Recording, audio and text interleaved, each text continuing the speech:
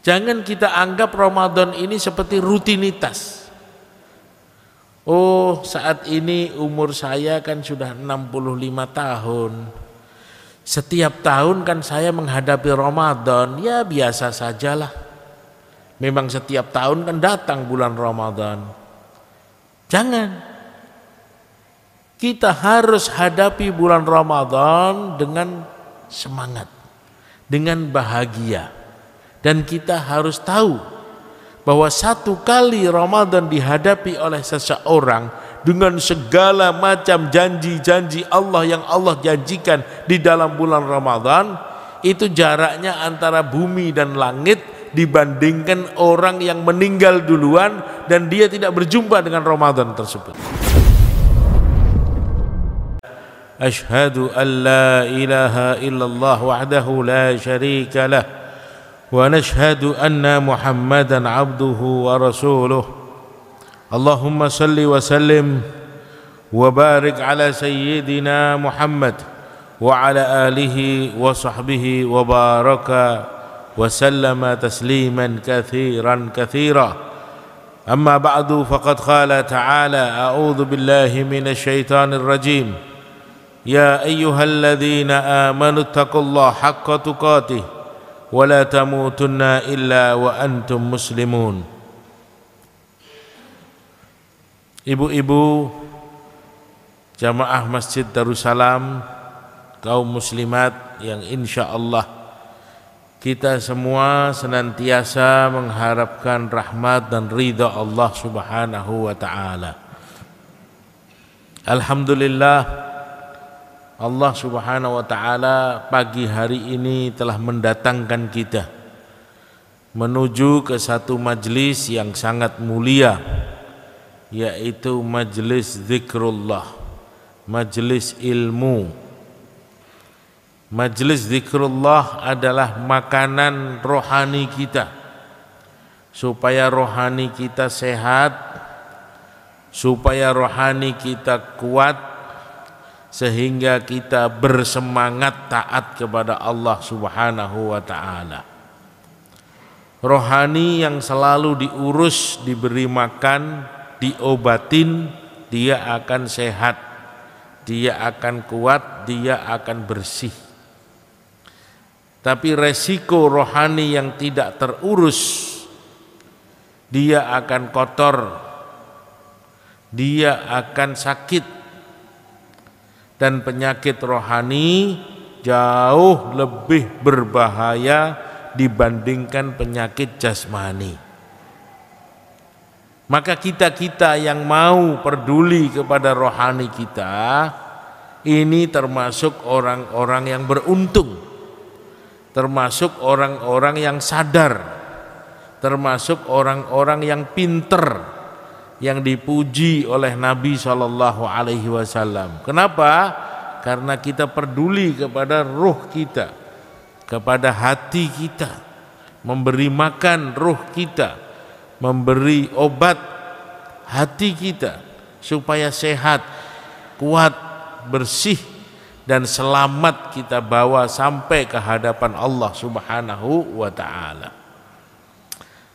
Ibu-ibu, saudara sekalian rahimakumullah, pagi hari ini pengurus masjid memilih tema bagaimana kita mendapatkan Ramadan yang berkualitas. Tentunya kita semua ingin bagaimana amalan-amalan kita ini punya kualitas, termasuk Ramadan, termasuk puasa yang insya Allah sudah ada di depan mata kita. Beberapa hari ke depan kita akan masuk ke dalamnya. Kita pasti ingin puasa kita, Ramadan kita berkualitas. Kalau kita faham, kalau kita ngerti. Karena amal yang berkualitas ini nilainya besar. Amal yang berkualitas ini akan membela kita. Amal yang berkualitas ini akan membuat kita bahagia. Amal yang berkualitas akan menurunkan pertolongan Allah. Amal yang berkualitas akan menyelamatkan kita dari neraka. Amal yang berkualitas akan memasukkan kita ke surga. Maka kualitas di dalam amal itu penting. Berapa banyak orang yang puasa, dia tidak dapat apa-apa dari puasanya kecuali lapar dan haus. Kam min shaimin laisa lahu min siyamihi illa al-ju' wal 'atas. Berapa banyak orang yang puasa enggak dapat apa-apa dari puasanya kecuali lapar dan haus. Apa sebabnya? Tidak berkualitas. Wa kam min qaimin laisa lahu min qiyamihi illa sahar. Dan berapa banyak orang yang bangun malam, bukan nonton TV, sholat, tapi dia tidak dapat apa-apa kecuali berjaga malam. Kenapa? Karena tidak berkualitas. Aswa'un nas sariqatan alladhi yasriqu salatahu. Seburuk-buruk pencuri yang mencuri ketika sholat, kata Nabi. Wa kaifa yasriqu salatahu ya Rasulullah? Bagaimana dia mencuri ketika sholat ya Rasulullah? La yutimmu ruku'aha wa la sujudaha. Dia tidak sempurnakan rukuk dan sujudnya ketika sholat. Dia kerjakan sholat tapi dianggap seperti pencuri. Bahkan seburuk-buruk pencuri orang yang mencuri ketika sholat. Kenapa itu terjadi? Karena tidak berkualitas. Jadi kualitas di dalam amal itu sangat penting sekali. Kualitas di dalam amal itu akan menjadikan amal kita diterima oleh Allah. Kualitas di dalam amal itu yang menyebabkan kita mendapatkan janji-janji Allah atas amal tersebut. Kualitas di dalam amal yang menyebabkan turunnya pertolongan Allah. Jadi kita pasti ingin bagaimana Ramadan yang akan kita jalani ini berkualitas. Maka kita tidak akan biarkan Ramadan ini berlalu begitu saja. Sayang. Karena bisa jadi Ramadan yang akan kita hadapi nanti menjadi Ramadan yang terakhir dalam hidup kita. Mungkin. Karena kita ini tidak ada yang tahu sampai kapan kita hidup di dunia ini. Kita ini sedang dalam perjalanan menuju ke akhirat. Kapan berakhirnya kehidupan kita? Wallahu a'lam. Kita tidak ada yang tahu. Maka ketika kita akan menghadapi Ramadan, kita harus punya komitmen yang kuat pada diri kita. Bagaimana kita jadikan Ramadan ini Ramadan yang berkualitas, sehingga kita tidak rugi, sehingga kita tidak menyesal.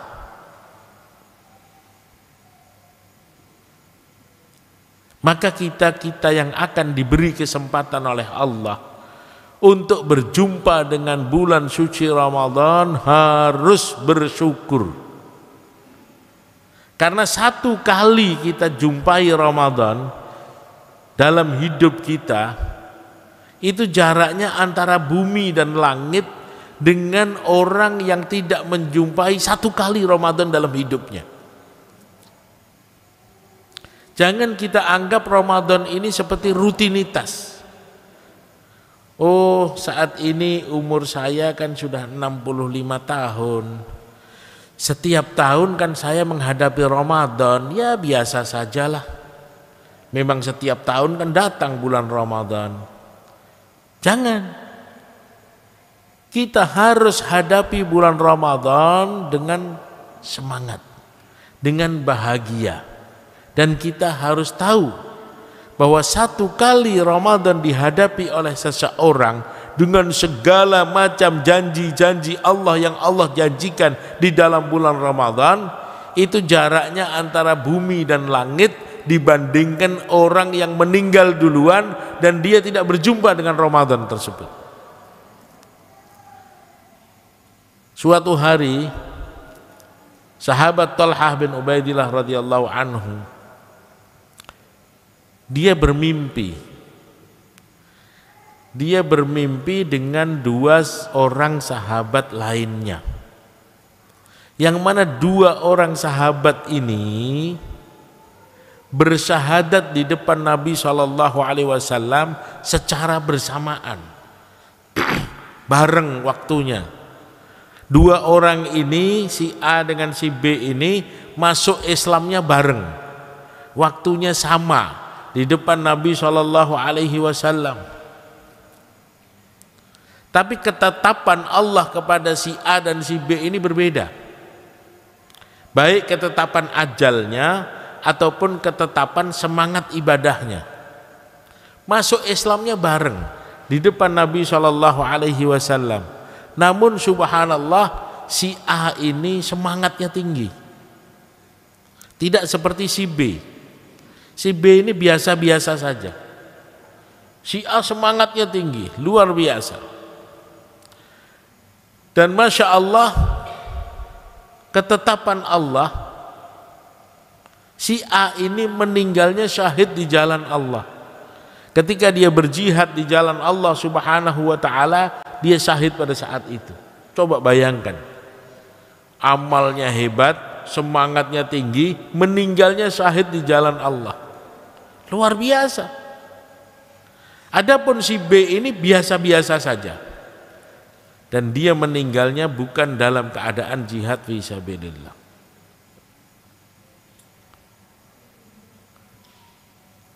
Di dalam sejarah, si A ini meninggal lebih dahulu dibandingkan dengan si B. Maka sahabat Talhah bin Ubaidillah radhiyallahu anhu ini bermimpi bahwa sahabat yang meninggal belakangan ini lebih dulu masuk surga dibandingkan yang meninggal duluan dalam keadaan syahid. Ini yang membuat dia bertanda tanya, ini yang membuat pikiran, ini yang membuat perhatian. Si A meninggal dalam keadaan syahid, si A lebih semangat beribadah, tapi kenapa si B justru lebih dulu masuk ke dalam surga dibandingkan si A? Maka ditanyakan hal ini kepada Nabi SAW. Ditanyakan kepada Nabi SAW, maka Nabi SAW dengan tegas mengatakan, apa yang kalian bingungkan wahai sahabatku? Apa yang kalian bingungkan atas peristiwa itu wahai sahabat-sahabatku? Bukankah si B itu meninggalnya belakangan dan dia mendapatkan satu kali Ramadan dibandingkan yang meninggal duluan itu, sehingga satu kali Ramadan yang dia hadapi dengan baik, dia akan mendapatkan pahala, karunia, ampunan yang luar biasa dari Allah, sehingga dengan kebaikan yang dia dapatkan di satu kali Ramadan dibandingkan si A, dia masuk ke dalam surga lebih dulu dibandingkan orang yang meninggal duluan. Jadi dari kisah ini kita harus tahu, kita harus paham bahwa kesempatan satu kali Ramadan ini nilainya tinggi. Jangan rutinitas kita jalani Ramadan, nilainya sangat besar. Jaraknya antara bumi dan langit ketika kita bersungguh-sungguh dan kita mampu mendapatkan Ramadan yang berkualitas. Maka insya Allah apabila kita ini ditakdirkan oleh Allah Subhanahu wa ta'ala bisa berjumpa dengan Ramadan yang sudah di depan kita nanti, kita harus wujudkan, tunjukkan, nampakkan rasa syukur kita kepada Allah. Karena tidak semua orang dikasih karunia berjumpa dengan Ramadan.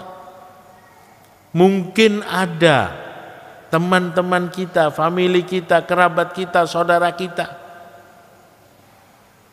jamaah majelis kita yang tahun lalu masih duduk bersama kita di masjid ini, tahun ini dia sudah tidak ada bersama kita.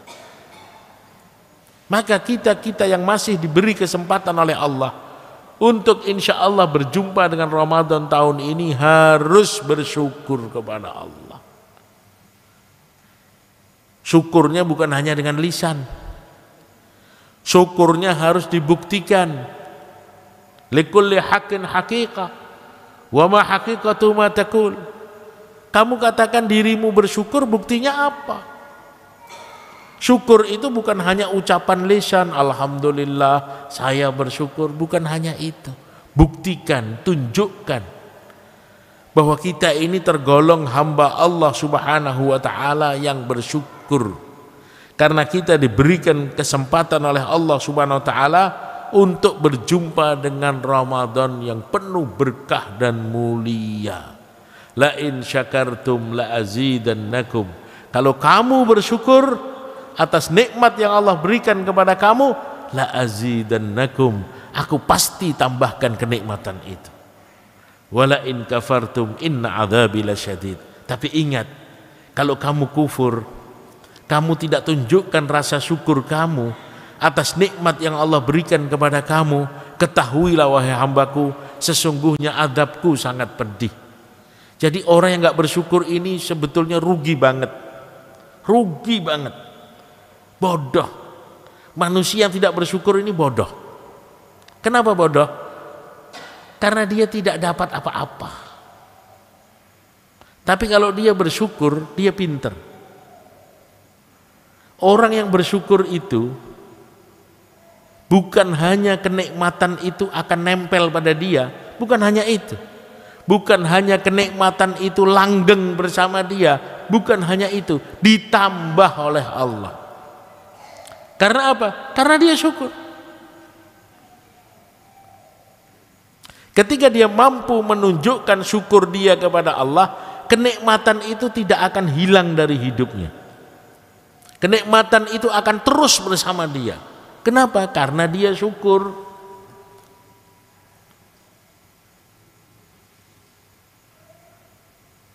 Maka Harun ar-Rasyid radhiyallahu an, dia mengatakan qayyidu an-ni'am. Ikatlah kenikmatan yang ada pada dirimu, jangan sampai lepas. Kita ini kalau dapat nikmat kan senang. Kita ini kalau dapat nikmat kan bahagia.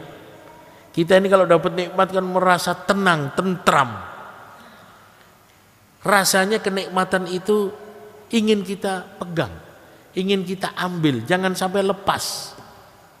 Maka dikatakan qayyidu an-ni'am, ikat nikmat itu, jangan pergi dari dirimu. Jangan sampai dia hilang dari kehidupan kamu. Maka orang yang mendengar kalimat ini bertanya, wa kaifa nuqayyiduha? Bagaimana cara kita mengikat nikmat supaya nikmat ini tidak pergi dari kita? Alaikum bisyukur. Hendaklah kau syukuri nikmat itu. Kau syukuri nikmat itu, dia akan kekal bersama kamu. Maka di dalam ayat tersebut, la in syakartum la azidannakum. Kalau kamu bersyukur, aku akan tambahkan nikmat itu. Bukan hanya kekal, ditambah sama Allah, ditambah sama Allah, ditambah sama Allah. Kalau Allah sudah tambah nikmat itu, kita akan terkagum-kagum. Kita akan terkejut-kejut. Subhanallah, Masya Allah, Tabarakallah. Allah tambahkan kenikmatan luar biasa. Tapi diancam juga, wala in kafartum inna adzabi lasyadid. Tapi ingat wahai manusia, kalau kamu ini kufur atas nikmat yang aku berikan kepada kamu, inna azabi lasyadid, ketahuilah sesungguhnya azabku sangat pedih. Jadi orang yang enggak bersyukur nikmat itu bodoh. Kenapa? Nikmat itu akan hilang dan dia mendapatkan azab Allah Subhanahu wa taala. Di dunia diazab, di akhirat diazab. Gara-gara apa? Gara-gara tidak faham. Tidak faham cara mensyukuri nikmat. Maka syukur atas nikmat yang Allah Subhanahu wa taala berikan kepada kita ini sangat penting sekali. Supaya nikmat yang Allah berikan kepada kita ini langgeng bersama kita. Termasuk Ramadan yang insya Allah akan datang di depan kita ini nikmat. Jangan kita anggap beban. Jangan kita anggap penyiksaan. Ini nikmat yang harus kita syukuri. Ketika kita bersyukur atas nikmat tersebut, Allah Subhanahu wa taala akan tambahkan. Sekarang bagaimana caranya kita mensyukuri nikmat? Nah, itu. Bagaimana sih caranya kita mensyukuri nikmat? Kita ini harus pandai-pandai. Nabi kagum kepada orang yang pandai menyikapi kehidupannya. Ajabali amril mu'min, kata Nabi. Aku kagum dengan urusan orang beriman. Karena amrahu kullahu khair. Karena semua yang datang kepada dia menjadi pahala, menjadi kebaikan, menjadi keuntungan untuknya. Ini orang pandai. In asabahu sarra fasyakara fakana khairan lahu, wa in asabahu dharra fasabara fakana khairan lahu. Ketika dia mendapatkan kenikmatan, dia bersyukur, maka itu pahala untuknya. Dan ketika dia diuji sedikit oleh Allah dengan masalah, dia sabar, maka itu pahala juga untuknya. Jadi orang pinter, orang beriman yang mampu menghadapi segala suasana dan keadaan, dia akan dikepung dengan pahala. Dia akan dikerumuni dengan pahala. Semua yang dihadapi menjadi pahala untuknya. Kenapa? Karena dia paham. Dikasih kebaikan, bersyukur, dapat pahala. Diuji dengan masalah, bersabar, dapat pahala. Dikasih sehat, bersyukur, pahala. Diuji dengan penyakit, sabar, pahala. Kanan pahala, kiri pahala, depan pahala, belakang pahala, atas pahala, bawah pahala. Hidupnya dikepung dengan pahala. Maka Nabi kagum dengan orang ini. Ajabali amril mu'min. Aku kagum dengan urusan orang mukmin ini, kata Nabi. Karena amrahu kullahu khair. Karena semua yang datang dalam hidupnya menjadi pahala untuknya.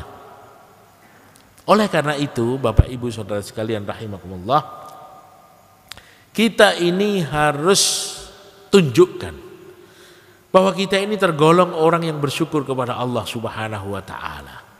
Sebagaimana syukurnya Nabi sallallahu alaihi wasallam. Kana Rasulullah sallallahu alaihi wasallam yaqumul lail hatta tatafattar qadamah. Kata Aisyah radhiyallahu anha, istri Nabi sallallahu alaihi wasallam, bahwa sesungguhnya Nabi sallallahu alaihi wasallam bangun malam, sholat malam sampai kakinya bengkak-bengkak. Istrinya bertanya, "Lima fa'alta hadza ya Rasulullah? Wa qad ghafarallahu laka dzunubaka ma taqaddama wa ma ta'akhkhar." Kenapa sampai engkau lakukan ini ya Rasulullah? Sedangkan Allah telah ampuni dosamu yang telah lalu dan yang akan datang. Kok sampai seperti ini? Kenapa? Kan dosamu sudah diampuni sama Allah. Kok sampai macam ini ya Rasulullah? Tanya istrinya. Apa jawaban Nabi? Afala akuna abdan syakura? Apakah tidak pantas aku ini menjadi seorang hamba yang bersyukur? Itu bukti syukur. Bukti syukur itu semangat ibadah.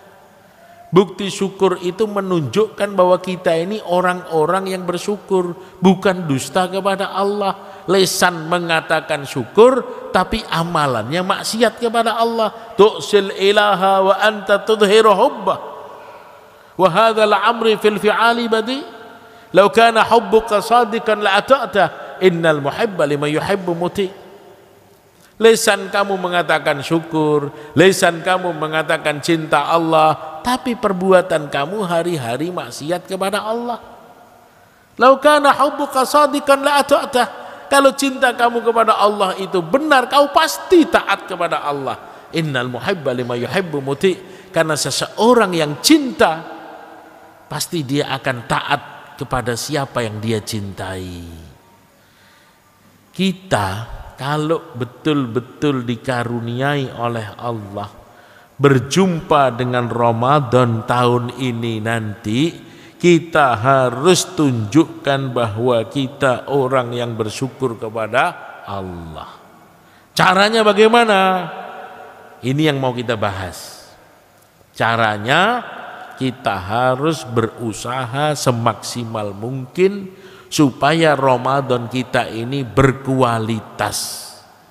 Bukan asal-asalan, bukan sembarangan, bukan hanya rutinitas yang biasa kita hadapi setiap tahun, bukan. Nah, sekarang bagaimana caranya? Supaya Ramadan kita berkualitas ini bagaimana? Di antaranya, supaya Ramadan kita berkualitas ini, yang pertama, kita harus yakin. Nah, ini yakin ini penting. Yakin bahwa puasa ini perintah Allah.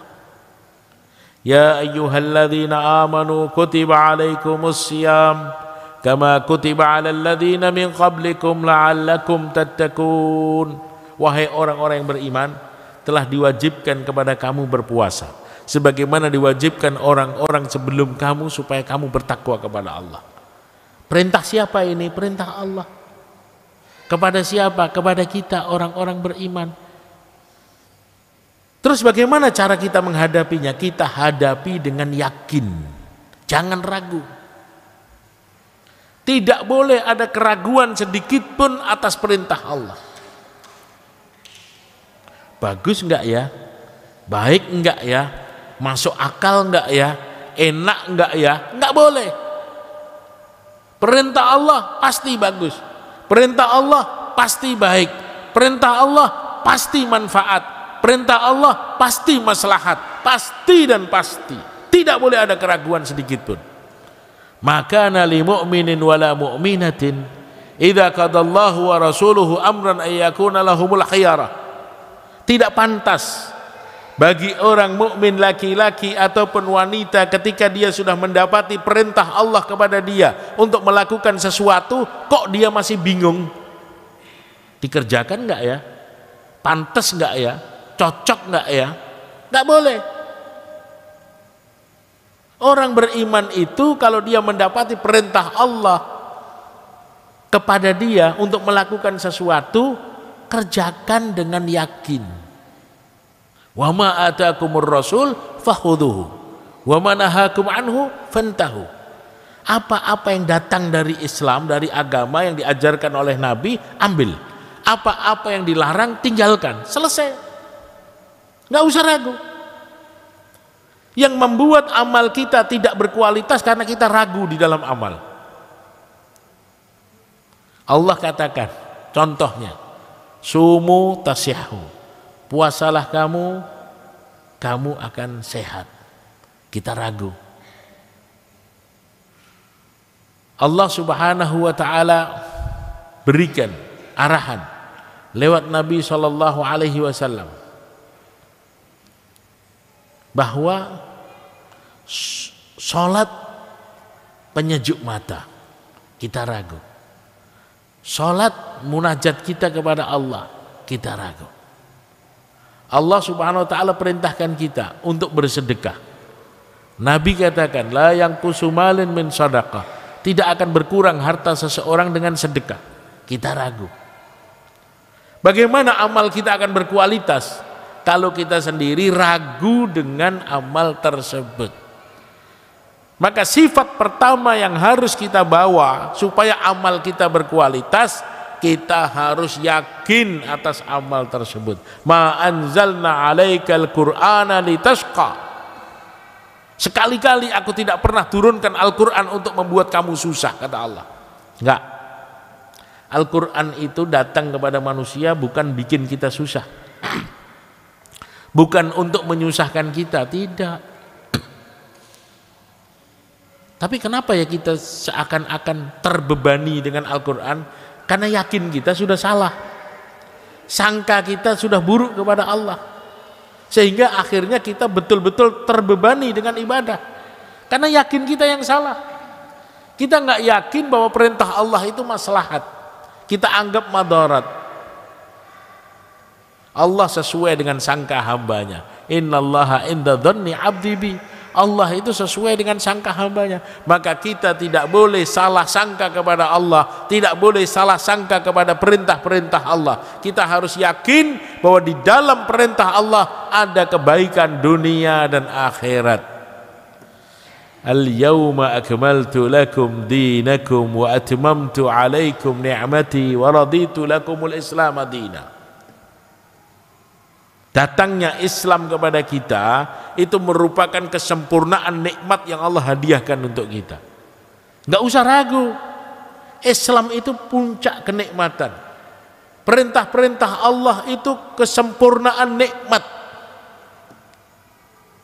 Tidak boleh ragu sedikit pun. Wallahi inna wajadnal khairal khairi fil kurhi. Kata Abdurrahman bin Auf radhiyallahu anhu, demi Allah, aku mendapatkan kenikmatan di atas kenikmatan ketika aku mengamalkan perintah-perintah Allah Subhanahu wa ta'ala. Aku mendapatkan kebaikan di atas kebaikan ketika aku mengamalkan perintah-perintah Allah Subhanahu wa ta'ala. Jadi ketika seorang hamba ini mengamalkan perintah-perintah Allah, hakikatnya dia sukses. Wa may yuti'illaha wa rasulahu faqad faza fawzan 'azima. Siapa yang taat kepada Allah dan Rasulnya, dialah orang yang mendapatkan kesuksesan besar. Kesuksesan besar, yang mengatakan besar, maha besar, Allah Subhanahu wa ta'ala. Bagaimana besarnya? Allah yang tahu bagaimana besarnya orang yang taat kepada Allah dan Rasulnya.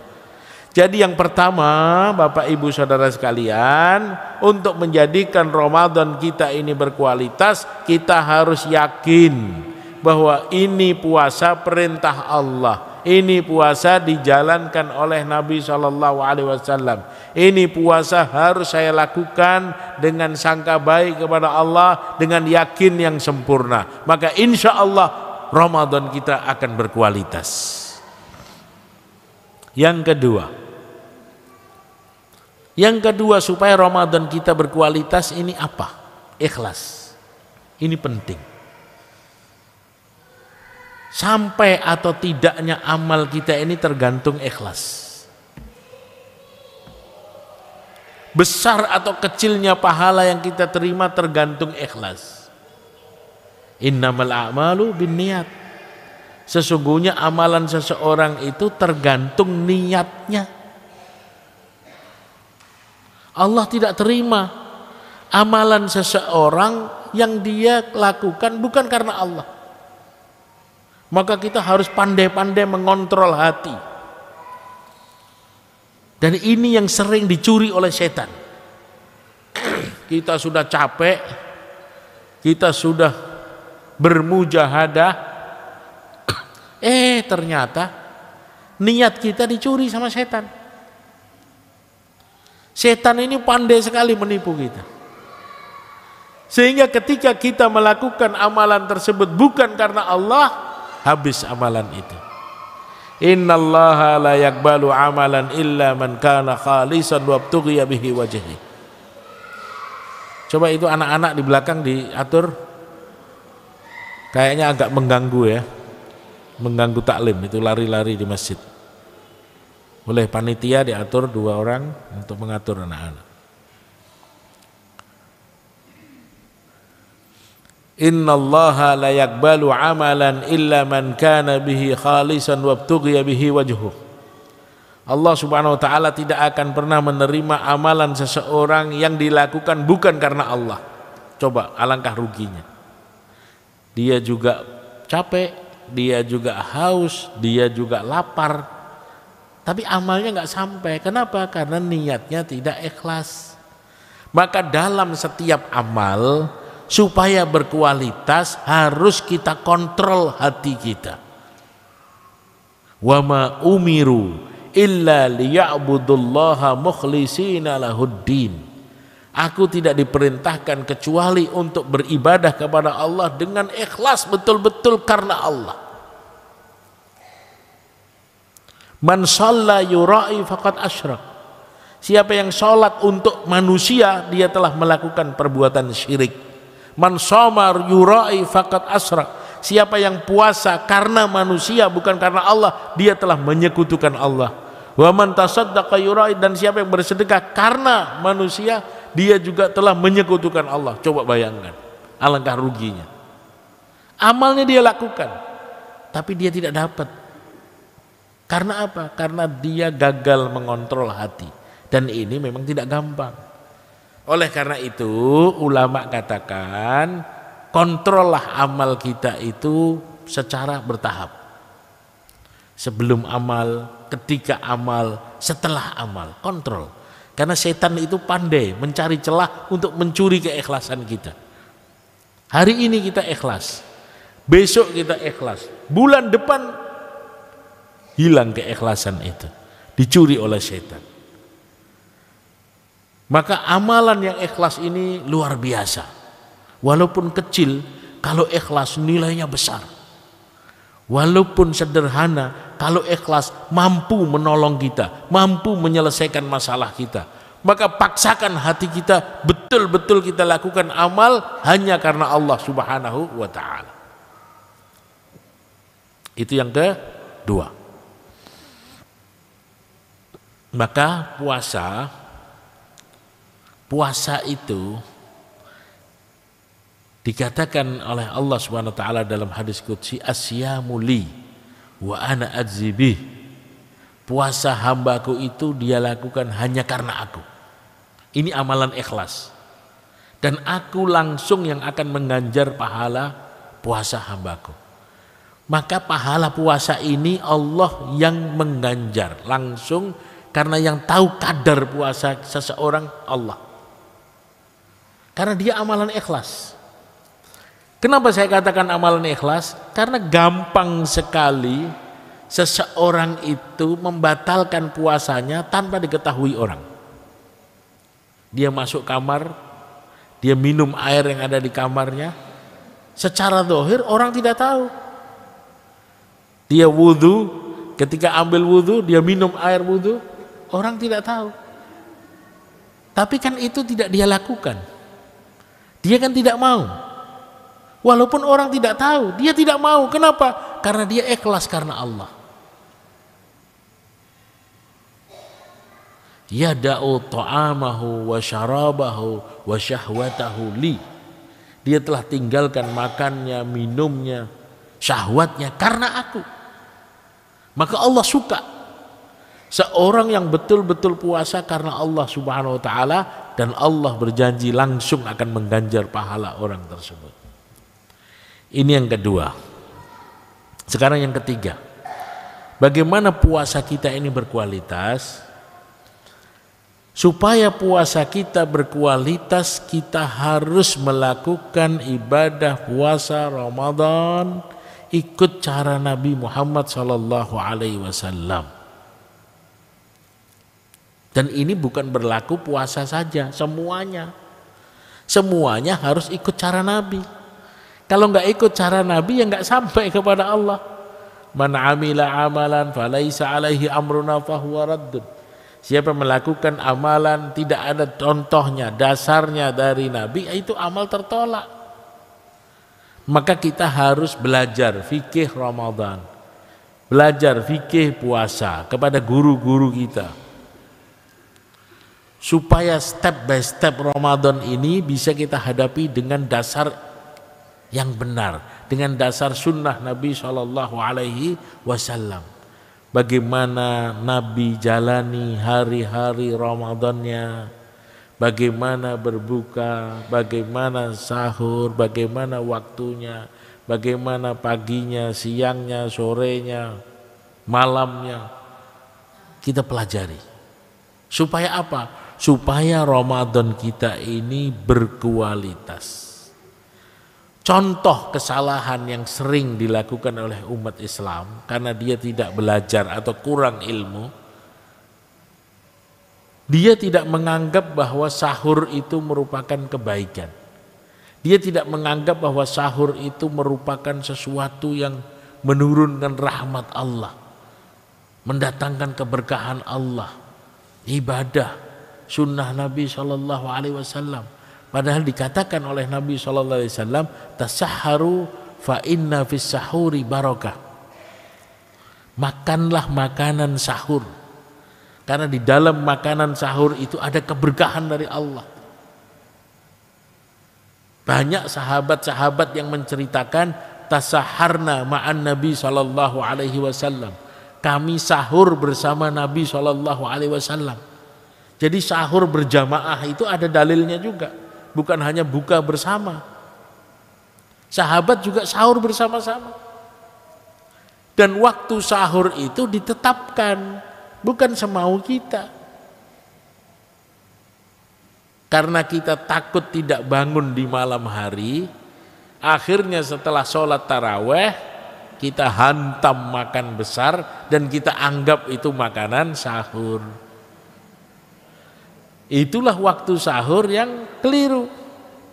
Sedangkan Nabi SAW makan sahurnya mendekati waktu subuh. La yazalu ummati fi khairin ma'ajjalul iftar wa akharus sahur. Umatku ini, kata Nabi, selalu akan mendapatkan kebaikan-kebaikan selama dia menyegerakan buka dan mengakhirkan sahur. Jangan dibalik, waktunya buka nggak mau makan apa-apa. Karena apa? Karena mengikuti kebiasaan. Saya nggak mau, nanti saja habis taraweh. Nah, ini cara buka yang salah juga. Nanti sahurnya didulukan karena takut tidak bangun. Jadi dua kesalahan yang sudah dia lakukan dalam segi waktu. Dan banyak lagi hal-hal lain yang kita salah melakukannya karena kita tidak mengikuti sunnah Nabi Muhammad sallallahu alaihi wasallam. Inilah yang dikatakan kam min shaimin laisa lahu min siyamihi ilal ju' wal atas. Berapa banyak orang yang berpuasa, dia nggak dapat apa-apa dari puasanya kecuali lapar dan haus. Ulama katakan karena dua penyebab orang nggak dapat pahala puasa. Satu, karena mungkin dia di hari-hari Ramadannya melanggar aturan. Dia berdusta, dia bertengkar, dia ghibah, ngomongin orang. Ini bahaya. Wala yatakallamanna ahadukum bikalimatin ta'tadiru biha ghadan. Jangan sampai kamu terlanjur mengeluarkan satu ucapan yang salah, karena bisa jadi gara-gara satu ucapan yang salah itu kamu akan menyesal yang panjang di akhirat nanti. Kurangi bicara, banyak berzikir kepada Allah, banyak berdoa kepada Allah. Inna lis-shaim inda fitrihi da'watan la turad. Sesungguhnya orang yang berpuasa menjelang berbuka, doanya tidak akan ditolak oleh Allah. Perbanyak doa, kurangi bicara sia-sia, karena bicara sia-sia itu menyebabkan puasa kita tidak diterima oleh Allah. Nabi SAW melewati perkuburan, berhenti sejenak di kubur tersebut, dan Nabi katakan innahuma yu'adzaban. Orang yang ada di kubur ini sedang menghadapi siksaan di dalam kuburnya. Yang satu karena kata Nabi SAW, kana yaf'alu bin namimah. Orang ini suka bicara, omongan sana dibawa ke sini, omongan sini dibawa ke sana, tidak mampu menjaga lisannya, mulutnya tidak dipagerin sehingga lepas bicara semaunya. Ini bahaya. Maka di dalam bulan suci Ramadan kita dianjurkan untuk banyak berzikir, banyak berdoa, banyak membaca Al-Quran. Syahrul Ramadan alladzi unzila fihil Quran. Bulan Ramadan yang diturunkan di dalamnya Al-Quran. Hatamkan Al-Quran minimal 1 kali. Maka ulama-ulama dahulu, karena dia menghormati bulan Ramadan, ketika datang bulan Ramadan, pelajaran hadisnya ditutup. Konsentrasi kepada Al-Quran, karena bulan Al-Quran. Masya Allah. Jangan sampai terlewat bulan Ramadan, kita belum hatam Al-Quran. dalam bulan tersebut. Ini rugi, ini salah. Maka kita harus betul-betul menjadikan Ramadan ini bulan yang berkualitas dengan cara bagaimana? Dengan cara kita menjaga hari-hari kita Ramadan ikut dengan sunnah Nabi Muhammad sallallahu alaihi wasallam. Khaslatani turduna biha rabbuka wa khaslatani la ghina'a ankum rabbukum. Dua hal yang akan menyebabkan Allah ridho kepada kamu, dan dua hal yang kamu sangat berhajat kepada Allah. Dan ini dianjurkan untuk kita banyak ucapkan di bulan Ramadan. Dua hal yang menyebabkan Allah ridho kepada kita, apa itu? Fasyahadatu alla ilaha illallah wa tastaghfiruh. Banyaklah kalian ucapkan syahadat dan istighfar. Asyhadu an la ilaha illallah astaghfirullah. Wa khaslatani la ghina ankum rabbukum, dan dua hal yang kamu sangat membutuhkan dari Allah, yang harus kita banyak ucapkan di bulan Ramadan. Apa itu? Fatas'alunal jannah wa ta'awwaduna minan nar.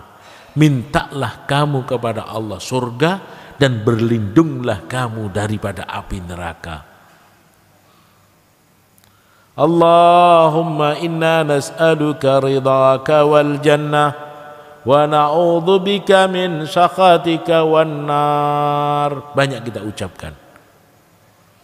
Kurangi bicara sia-sia, apalagi ngomongin orang. Tinggalkan. Banyak zikir kepada Allah, banyak doa kepada Allah, banyak minta kepada Allah. Permintaan yang paling utama yang kita minta kepada Allah, apa itu? Minta maaf.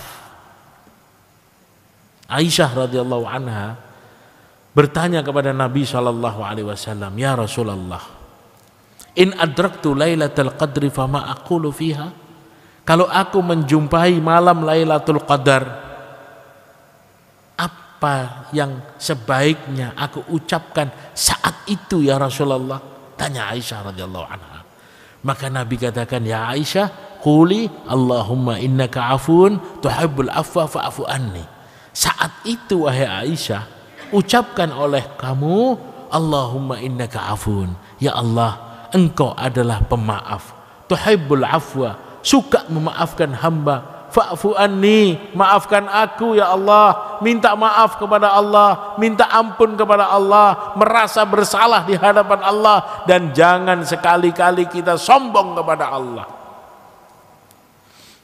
Itu yang harus kita banyak ucapkan di hari-hari Ramadan kita, dan kita kurangi ucapan sia-sia yang akan merugikan kita dan akan menyebabkan Ramadan kita tidak berkualitas ketika kita banyak bicara sia-sia. Maka kita jalani Ramadan dengan sunnah Nabi Muhammad SAW. Sekarang yang keempat, bagaimana Ramadan kita berkualitas? Supaya Ramadan kita berkualitas, kita harus jalani Ramadan bimujahadatin nafs, dengan melawan nafsu. Karena nafsu ini kan nggak mau hakikatnya. Inna nafsa la'ammaratun bisu. Nafsu manusia ini mengajak kepada keburukan, mengajak kepada kesalahan, mengajak kepada kemalasan. Itu nafsu. Lawan, tundukkan nafsu itu, tunggangi nafsu. Jangan kita ditunggangi nafsu. Afara'aita man ittakhadha ilahahu hawahu. Apakah kamu tidak melihat berapa banyak orang menjadikan nafsunya sebagai Tuhannya? Kalah dia dengan nafsunya. Kenapa? Karena dia tidak terbiasa melawan nafsu. Maka biasakan kita melawan nafsu. Biasakan kita melawan nafsu. Biasakan. Nafsu maunya malas, kita semangat. Nafsu maunya sedikit, kita perbanyak. Lawan nafsunya.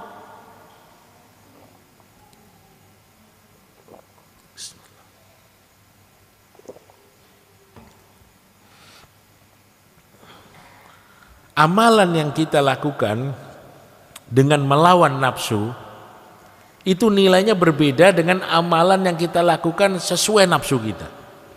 Beda. Amalan yang kita lakukan dengan perang nafsu beda kualitasnya dengan amalan yang kita lakukan selera nafsu kita. Contohnya sholat subuh. Sholat subuh itu nafsu kita nggak mau, paling berat. Maka tanda orang itu munafik kalau dia berat sholat subuh dan isya. Karena subuh itu asik-asiknya tidur, waktunya dingin, gelap, tanggung, masih ngantuk.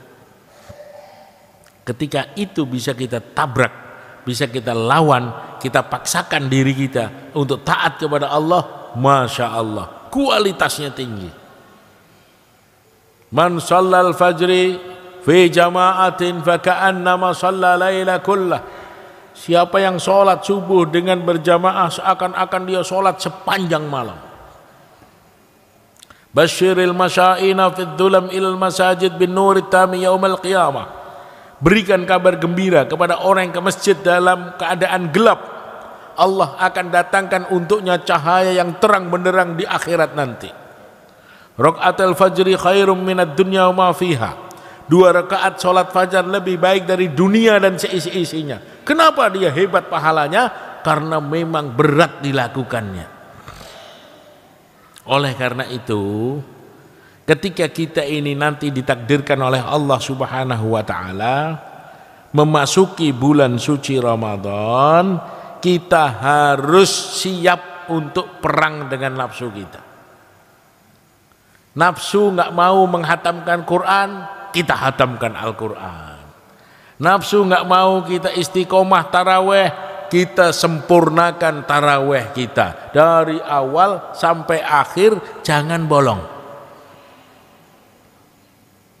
Nafsu maunya taraweh yang pendek-pendek, kita cari yang panjang-panjang. Ya, kita coba lawan nafsu kita.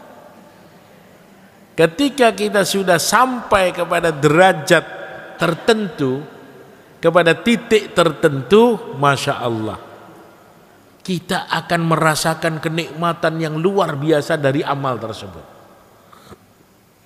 Repotnya itu pertamanya saja. Tapi kalau sudah menjadi kebiasaan, kenikmatan, kekhusyukan, subhanallah, indah sekali. Bahkan Sayyidina Umar bin Khattab radhiyallahu anhu mengatakan, "Lau lam takun salasatun fid dunya ma uhibbul hayata fid dunya." Kata Sayyidina Umar, andaikan di dunia ini aku nggak bisa lagi mengerjakan 3 hal, maka sepertinya aku nggak betah lagi untuk lama-lama hidup di dunia. Yang membuat dia betah hidup di dunia karena ada 3 hal, kata Umar bin Khattab. Di antara 3 hal itu salah satunya adalah puasa di tengah panas terik matahari karena Allah. Jadi puasa itu nikmat, puasa itu indah, puasa itu dekat dengan Allah Subhanahu wa ta'ala. Maka kita nikmati perintah-perintah Allah yang datang kepada kita dengan cara melawan nafsu. Nafsu nggak mau, lawan. Nafsu tidak mau, lawan. Nanti kita akan sampai pada satu titik kita menikmati amal tersebut tanpa melawan nafsu lagi. Ini penting dan ini harus kita coba. Kita lawan nafsu kita. Apa tandanya? Orang yang sudah mampu melawan nafsu itu tandanya apa? Tandanya ketika sunnah Nabi SAW ada dalam hidupnya.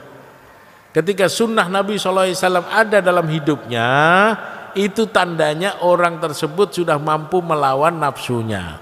La yu'minu ahadukum hatta takuna hawahu taba'an lima ji'tu bihi.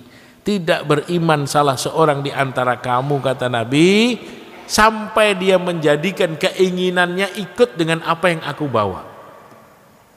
Jadi kalau kita mau lihat orang atau kita mau bertanya pada diri kita sendiri, Apakah kita ini seseorang yang masih dikuasai nafsu? Ataukah kita ini tergolong orang yang sudah mampu menguasai nafsu? Tandanya satu kata Nabi. Kalau sunnah Nabi sudah hidup dalam hidupnya, sudah ada dalam kepribadian dia sehari-hari, berarti dia sudah mampu mengalahkan nafsunya. Tanya pada diri kita, ittahimu anfusakum, tuduhlah diri kamu. Jadi itu yang keempat. Sekarang yang kelima. Yang kelima, bagaimana puasa kita berkualitas. Bismillah.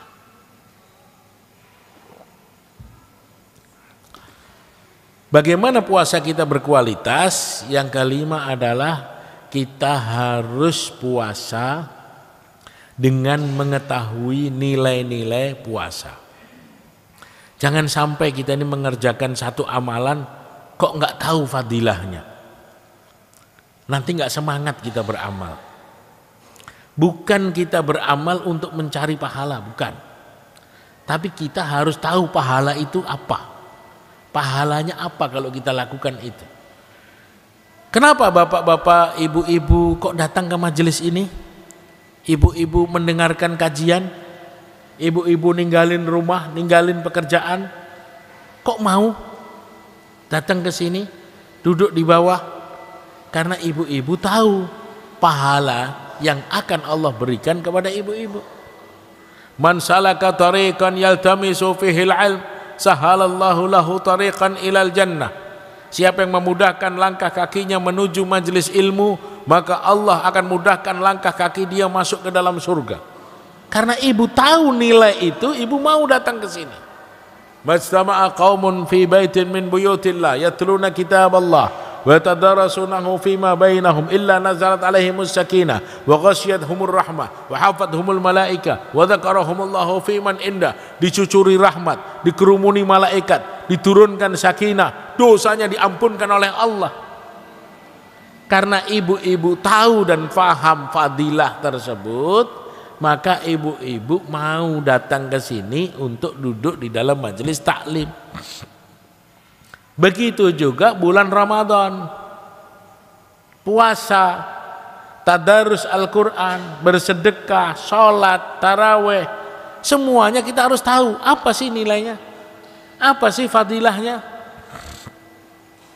Maka sebelum datang bulan Ramadan, seperti saat ini, di penghujung bulan Sya'ban, Nabi SAW memberitahu kita mengenai keutamaan bulan suci Ramadan, supaya kita sadar, supaya kita faham, supaya kita bangun dari tidur kita dan meyakini keuntungan apa yang akan Allah berikan di bulan yang penuh kemuliaan ini.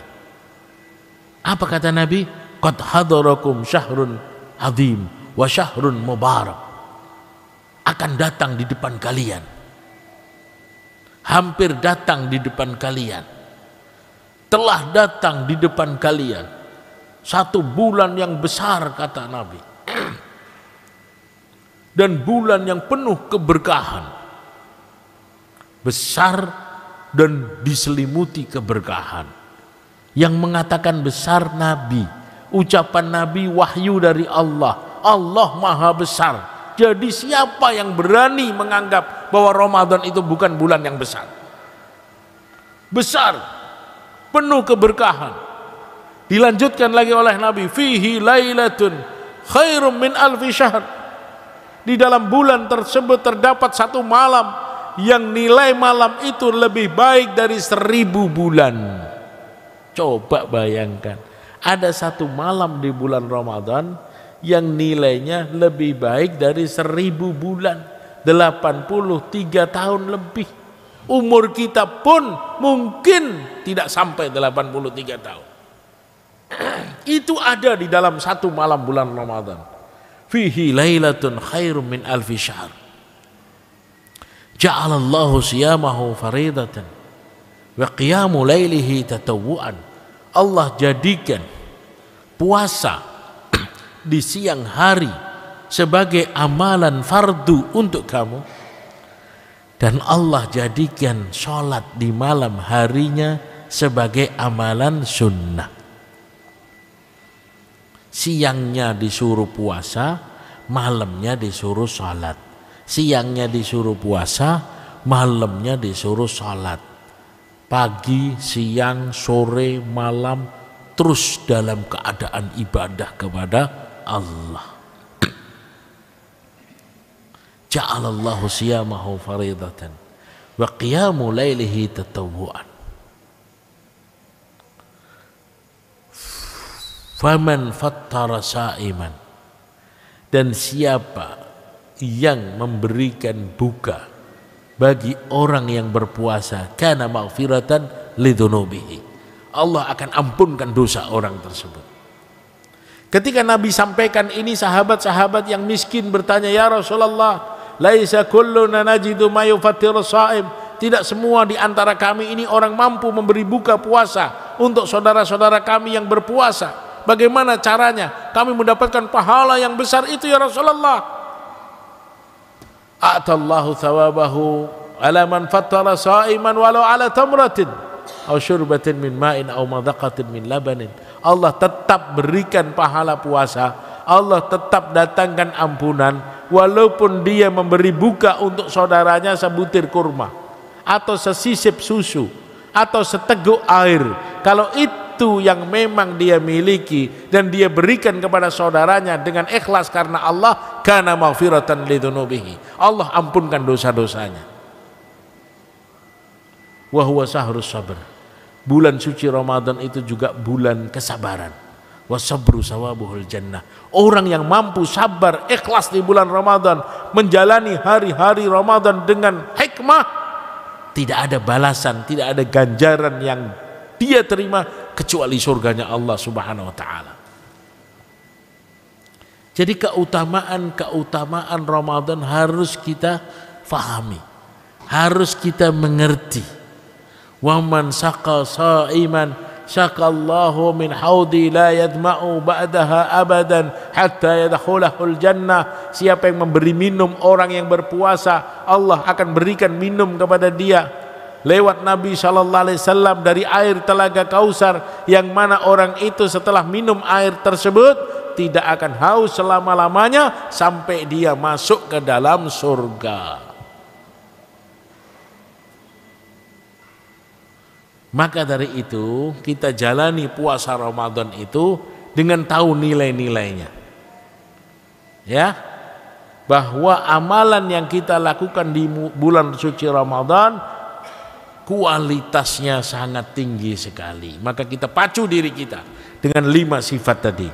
Yang pertama, kita yakin atas perintah Allah, di dalamnya ada kemaslahatan. Yang kedua, kita lakukan dengan ikhlas semata-mata karena Allah.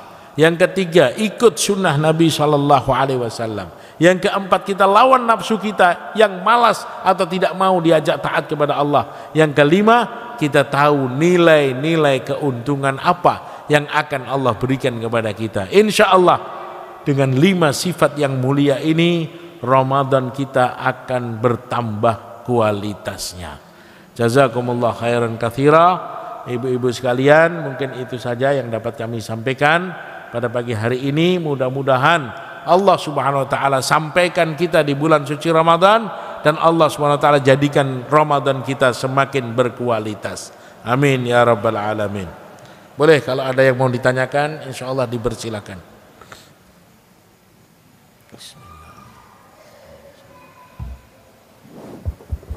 Bismillahirrahmanirrahim. Assalamualaikum warahmatullahi wabarakatuh. Ustadz nanya, Ustadz. Ya. Ustadz, mana yang lebih bagus kalau malam itu sholat tahajudnya biasanya misalkan 8, sekarang dikurangkan jadi 2, kita memperbanyak baca Al-Quran. Juga pagi zikir pagi petang itu kan biasanya waktunya lama. Mana yang lebih baik, apakah zikir pagi petang atau kita lebih banyak membaca Al-Quran? Ini kan Ustadz. Assalamualaikum warahmatullahi wabarakatuh.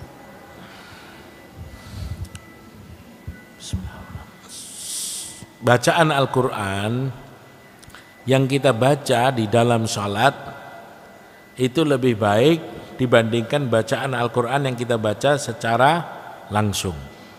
Ya, jadi ketika ada sholat taraweh yang lebih panjang, itu sebetulnya lebih baik kalau kita mampu dan kita diberikan oleh Allah Subhanahu wa taala kesehatan dan kekuatan. Karena itu merupakan wujud syukur kita kepada Allah Subhanahu wa taala.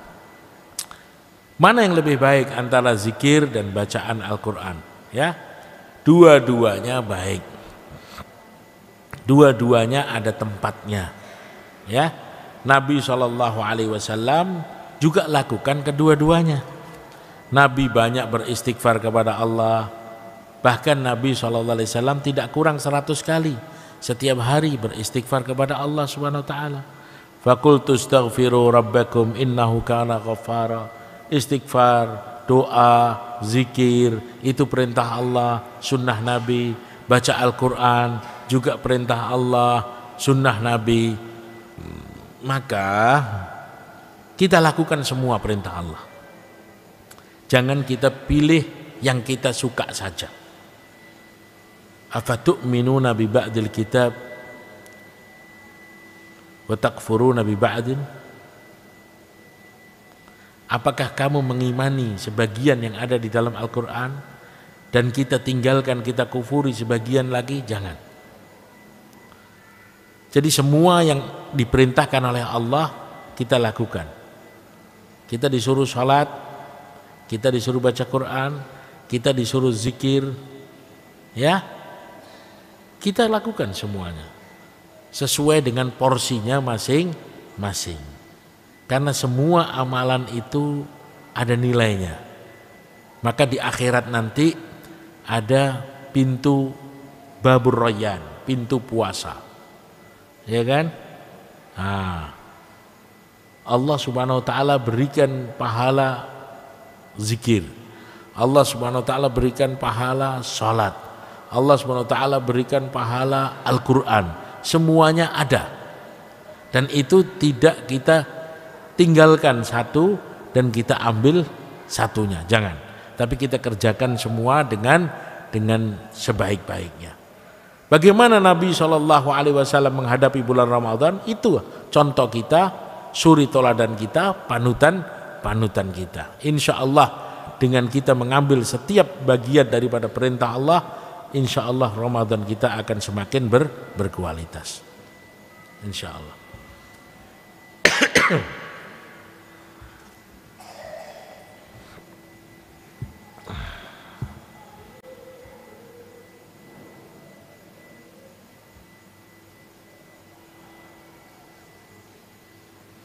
Apa hukumnya wanita sholat di masjid pada waktu sholat subuh?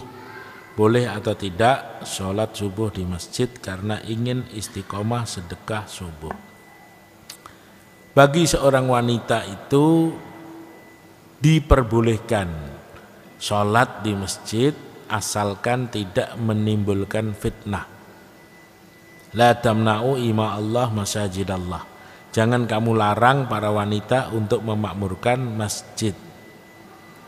Kalau dia merasa khusyuk di masjid, merasa tenang sholat di masjid, merasa nyaman di masjid, nggak boleh dilarang.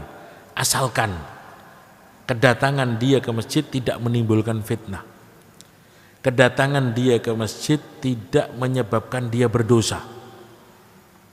Dan ini harus sering kita sampaikan. Karena banyak peristiwa-peristiwa, kejadian-kejadian, kebiasaan-kebiasaan yang terjadi di tempat-tempat kita adalah seorang wanita yang rutinitas dia menganggap sholat taraweh adalah keramaian, sehingga dia ingin datang ke masjid tapi dalam kondisi tidak menutup aurat. Dia pakai pakaian seadanya, mekenanya ditenteng di dalam tas. Dia keluar dari rumah tanpa menutup aurat yang baik. Dia ngobrol-ngobrol di jalan. Nah, ini yang dilarang. Yang dilarang itu ketika dia keluar dari rumah dan menimbulkan fitnah. Idza kharajatil mar'ah istasrafaha syaitan. Ketika seorang wanita ini keluar dari rumah, maka dia akan dihiasi oleh setan. Karena wanita ini ciptaan Allah yang menarik, dihiasi oleh setan sehingga banyak orang laki-laki yang memandang dia dengan pandangan syahwat. Ini yang tidak boleh.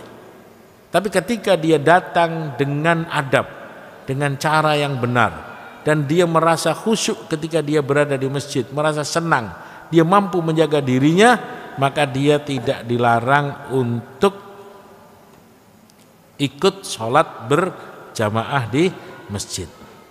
Adapun untuk sedekah, ya kita bisa lakukan di mana saja, ya kita bisa lakukan di mana saja, insya Allah. Kemudian bagaimana baiknya bagi perempuan untuk sholat taraweh? Apakah berjamaah di masjid atau musola atau lebih baik di rumah? Syukran Ustadz. Iya, insya Allah ini jawabannya sama seperti yang pertama. Jadi kita mampu mengukur diri kita, ya kan? Kira-kira kita ini merasa nyamannya di mana? Ada orang yang saya nyaman kalau sholat di Masjidil Haram saja, ya, dan dia ada uang. Al umratu fi Ramadan ta'dilu haji ma'i. Umroh di bulan Ramadan sama dengan haji bersamaku, kata Nabi. Wah sudah, saya punya duit, saya nyaman di sana, ya kan? Ada qiyamul lailnya. Sudah, saya mau sholat di sana tanpa menimbulkan fitnah, bagus. Saya senang sholat tarawih di Masjid Darussalam. Imamnya enak suaranya, seperti Abdurrahman As-Sudais. Saya mau sholat di Darussalam saja, boleh, asalkan tidak menimbulkan fitnah, ya, tidak mengeraskan suara, tidak menggunakan wangi-wangian yang menyengat, tidak bercampur laki-laki dan wanita yang menimbulkan fitnah. Ketika adab-adab itu bisa kita jaga, tidak ada masalah kita sholat di masjid bersama dengan jamaah yang lain.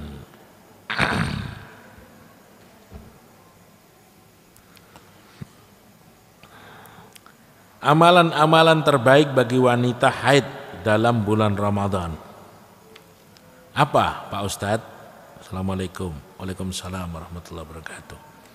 Asma binti Zaid radhiyallahu anha, dia bertanya kepada Nabi SAW, ya Rasulullah, kami ini kaum wanita banyak halangan, ada haid, ada nifas, banyak halangan sehingga kami tidak bisa melakukan ibadah seperti laki-laki.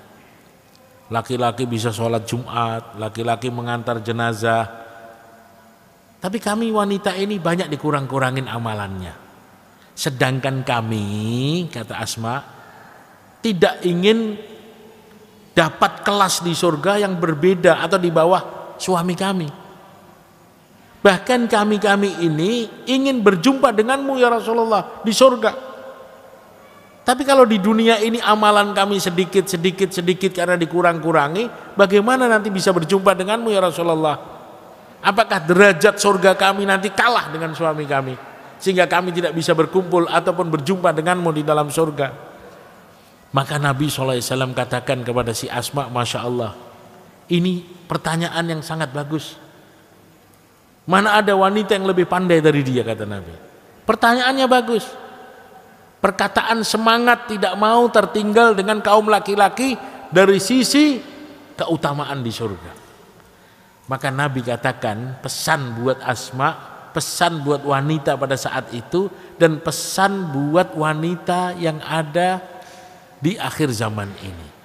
Apa kata Nabi? Wahai Asma, sampaikan kepada seluruh wanita yang ada bersama kamu bahwa kebaktian dia kepada suaminya di dalam rumah akan mendapatkan seluruh pahala suami yang dilakukan di luar rumahnya. Suaminya sholat taraweh dia dapat, Suaminya ikut taklim, dia dapat. Suaminya mengantar jenazah, dia dapat. Suaminya berjuang di jalan Allah, dia dapat. Semua pahala suami dia dapatkan. Kenapa? Karena dia menjadi wanita solehah. Jadi wanita tidak usah sedih. Aduh, kenapa ya? Kok saya ditakdirkan sama Allah ada haid, ada nifas, ada ini, ada itu, sehingga saya tidak mampu mengerjakan ibadah seperti laki-laki. Jangan bersedih. Allah Subhanahu wa ta'ala sudah siapkan keutamaan yang besar bagi kaum wanita. Ad-dunya mata wa khairu mata'iha al-mar'atu shalihah. Dunia ini perhiasan, dan sebaik-baik perhiasan dunia adalah wanita shalihah. Jadi wanita shalihah ini nilainya sangat tinggi. Nilainya berkualitas di sisi Allah Subhanahu wa ta'ala.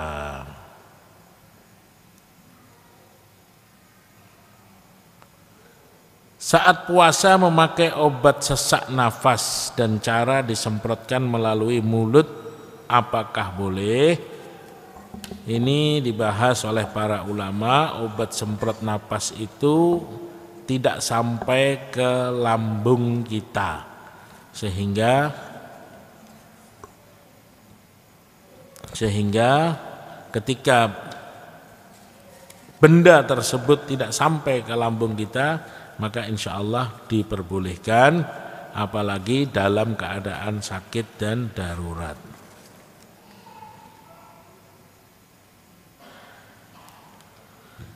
Saya sebagai istri, Assalamualaikum, saya sebagai istri harus patuh terhadap suami. Tetapi misal suami kurang taat sholatnya, kadang saya mengingatkan, tetapi kadang saya jadi marah. Yang intinya istri mau sama-sama belajar agar bisa taat kepada Allah. Kalau istri yang terus diam, nggak mengingatkan, kasihan dong suami nggak masuk surga. Kita menikah saling mencintai, mau sehidup sesurga. Bagaimana Pak Ustadz kalau istri jadi marah ke suami cuma gara-gara bab sholat? Mohon pencerahannya. Jadi sebetulnya Allah Subhanahu wa ta'ala perintahkan kepada suami untuk berbuat baik kepada istri. Itu utama, itu penting. Wa ashiruhunna bil ma'ruf, kata Allah. Wahai para laki-laki, berbuat baiklah kamu kepada istrimu. Pergaulilah istrimu dengan cara yang terbaik. Sampai Nabi SAW itu memberikan standar suami yang sukses, suami yang baik itu siapa? Kata Nabi, khairukum khairukum li ahlihi wa ana khairukum li ahli. Sebaik-baik suami di antara kamu adalah suami yang terbaik kepada istrinya. Wa ana khairukum li ahli, dan akulah suami yang terbaik untuk istriku. Jadi standar suami yang baik, suami yang mampu berbuat baik kepada istrinya. Begitu juga wanita. Wanita yang baik itu yang bagaimana? Wanita ahli surga itu yang bagaimana? Wanita yang mampu berbuat baik kepada suaminya. Selesai masalah. Kalau ada masalah di dalam rumah tangga, ada ujian di dalam rumah tangga, ya sabar.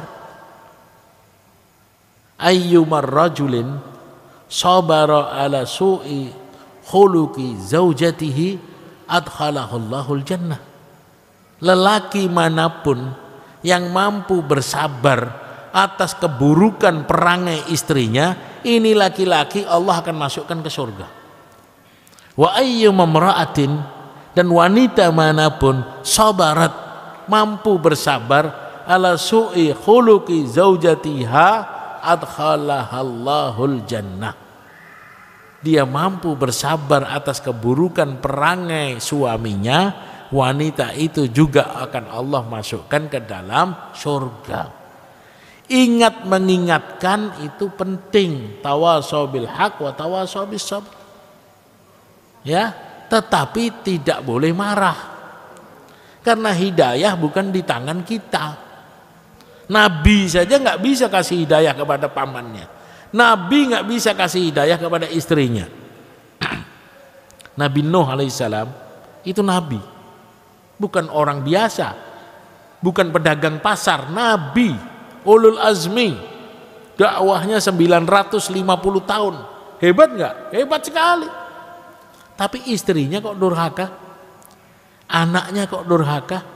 Itu tandanya kamu manusia nggak bisa kasih hidayah kepada pasangan kamu yang kamu cintai, walaupun kau seorang nabi. Innaka la tahdi man ahbabta walakin Allah yahdi may yasha. Sesungguhnya kamu tidak mampu memberikan hidayah petunjuk kepada orang yang kau cintai, tapi Allah Subhanahu wa taala berikan hidayah kepada orang yang dikehendakinya. Jadi ingat mengingatkan itu boleh, tetapi nggak boleh marah. Marah ini yang bahaya. Marah inilah yang ditunggangi setan. Ya, nah, marah ini yang ditunggangi setan. Istausu bin nisa'i khairan. Kata Nabi, berikan nasihat kepada istri kamu dengan kebaikan-kebaikan. Tapi ingat, kata Nabi, fa innahunna khuliqat minad dila.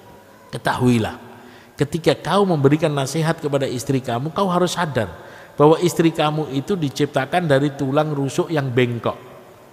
Kalau kamu salah cara menasihatinya, dia akan patah.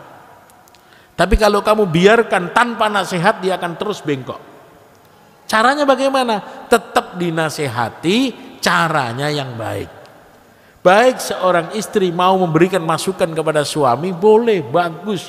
Ini tandanya istri yang cinta dengan suami. Tapi caranya yang baik, adabnya yang bagus. Insya Allah suaminya akan luluh. Ada satu peristiwa yang pernah saya dengar di luar negeri. Seorang istri solehah, suaminya bejat, jahat, pemabuk. Kalau mabuk, malam-malam jatuh di tengah jalan. Istrinya datang, dibopong itu suami, digendong, dibawa pulang sampai ke rumah. Dibersihkan mukanya, ditidurkan. Besok malam dapat kabar lagi, ini suaminya jatuh lagi di got mana begitu. Diambil lagi, dibawa pulang. Terus berjalan seperti itu. Istrinya subhanallah sangat solehah. Pagi-pagi anaknya dirapikan untuk sekolah, dimandikan, dikasih sarapan. Subhanallah. Setelah siap anak-anaknya disuruh salaman, cium tangan kepada bapak pemabuk itu.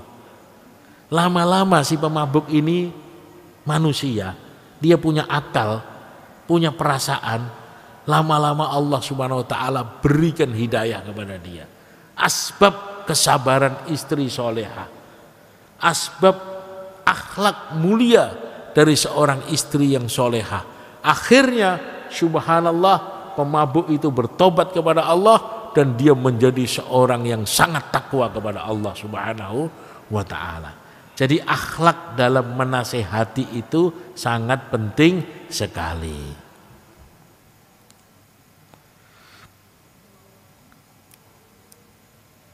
Assalamualaikum, mohon izin bertanya Pak Ustadz, sholat taraweh yang afdal berapa rakaat?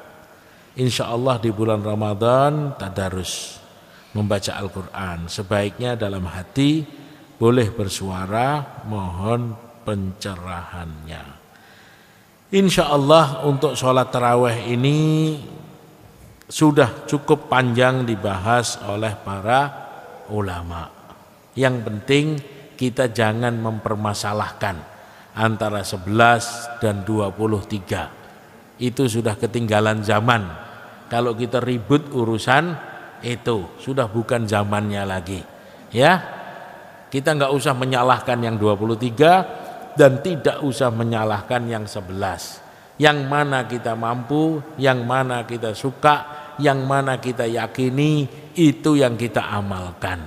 Karena intinya di bulan Ramadan ini kita disuruh sholat sebanyak-banyaknya, disuruh sholat sebanyak-banyaknya, sekhusuk-khusuknya, sepanjang-panjangnya. Jadi nggak usah pakai hitungan-hitungan seperti itu, ya. apalagi kita menyalahkan saudara-saudara kita yang sudah memprogramkan hal tersebut. Jadi insya Allah kita buat Ramadan kita ini lebih damai, lebih kasih sayang, ya, lebih memaklumi. Faman khaffafa an mamlukihi ghafarallahu dhunubahu. Siapa orang di bulan suci Ramadan memberikan keringanan kepada pekerja-pekerjanya. Yang punya pekerja kasih keringanan, karena pekerja kita juga puasa, pekerja kita ingin sholat tarawih, pekerja kita juga lapar dan haus, pekerja kita ingin tadarus Al-Quran, jangan malah dipacu, tapi berikan keringanan. Orang yang memberikan keringanan kepada pekerja-pekerjanya, Allah Subhanahu wa ta'ala ampuni dosa-dosa orang tersebut. Maka insya Allah kita pacu diri kita untuk berbuat amal sebanyak-banyaknya. Insya Allah cukup itu saja yang Allah Subhanahu wa ta'ala, yang insya Allah kita muzakarahkan pada pagi hari ini. Mudah-mudahan Allah Subhanahu wa ta'ala berikan kefahaman kepada kita, kekuatan, sehingga kita mampu mengamalkan dan kita menyampaikan kepada saudara kita yang lain. Kalau masih ada pertanyaan yang belum sempat ditanyakan, boleh dicatat nomor telepon yang saya siarkan pagi hari ini. Nanti ditulis pertanyaan, nanti insya Allah kalau saya sempat waktu saya akan berikan jawabannya. 08777 08777 848 1974 08777 848 1974. Boleh pertanyaan yang belum sempat ditanyakan dikirim ke nomor tersebut insyaallah. Jazakumullah khair. Subhanakallahumma wa bihamdika asyhadu an la ilaha illa anta astaghfiruka wa atubu ilaik. A'udzu billahi minasyaitonir rajim. Bismillahirrahmanirrahim. Alhamdulillahi rabbil alamin. Allahumma salli ala sayyidina Muhammad wa ala ali sayyidina Muhammad. Ya awwalal awwalin, ya akhiral akhirin, ya dzal quwwatil matin, ya rahimad du'afa wal masakin. Zalamna anfusana wa illam taghfir lana wa tarhamna lanakunanna minal khasirin. Rabbi ighfir warham wa tajawaz amma ta'lam innaka anta azizul akram. Allahumma innaka afuwun karim tuhibbul afwa fa'fu anna ya karim. Allahumma inna nas'aluka ridhaka wal jannah wa na'udzu bika min sakhatika wan nar. Allahumma inna qulubana wa nawasiyana wa jawarihana biyadik lam tumallikna minha syai'a fa in fa'alta dhalika bina fakun anta waliyuna wahdina ila sawa'is sabil. Allahumma inna nastaghfiruka wa natubu ilaik. Allahumma inna nastaghfiruka wa natubu ilaik. Allahumma inna nastaghfiruka wa natubu ilaik. Allahumma inna nas'aluka salamatan fid din wa afiyatan fil jasad wa ziyadatan fil ilmi wa barakatan fil rizki wa taubatan qabla al maut wa rahmatan indal maut wa maghfiratan ba'dal maut. Allahumma hawwin alaina, Allahumma hawwin alaina fi sakaratil maut. Allahumma hawwin alaina fi sakaratil maut wan najata minan nar wal afwa indal hisab.